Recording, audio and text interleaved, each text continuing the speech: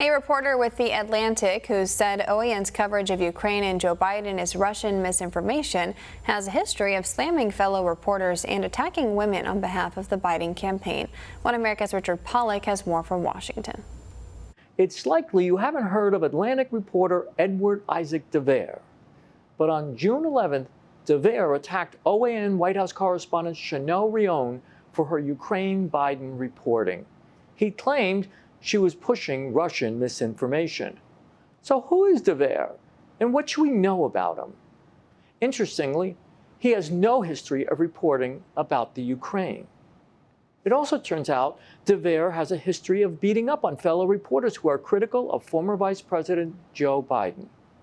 This is not the first time Devere has attacked women. He tweeted that Tara Reade's charge, Biden raped her, was also Russian disinformation. Most importantly, Devere openly acknowledges he got Chanel's inquiring email directly from the Biden presidential campaign.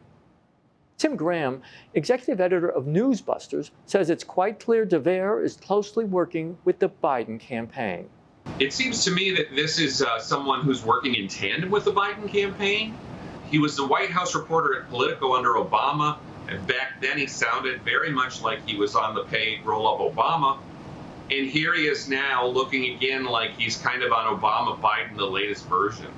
Devere has done hit jobs on other reporters in order to assist Joe Biden. The left-wing news site singled out Devere for blistering criticism just last March when the Atlantic reporter accused Guardian reporter David Sirota of being a secret Bernie Sanders advisor. The Intercept reported the Guardian issued a categorical public denial which forced the Atlantic to revise its story. The Intercept said Devere's article used deceitful sleight-of-hand tactics and his article was entirely and demonstrably false. Graham says it's clear Devere likes to rip reporters on behalf of his favorite Democratic candidate, in this case, Joe Biden.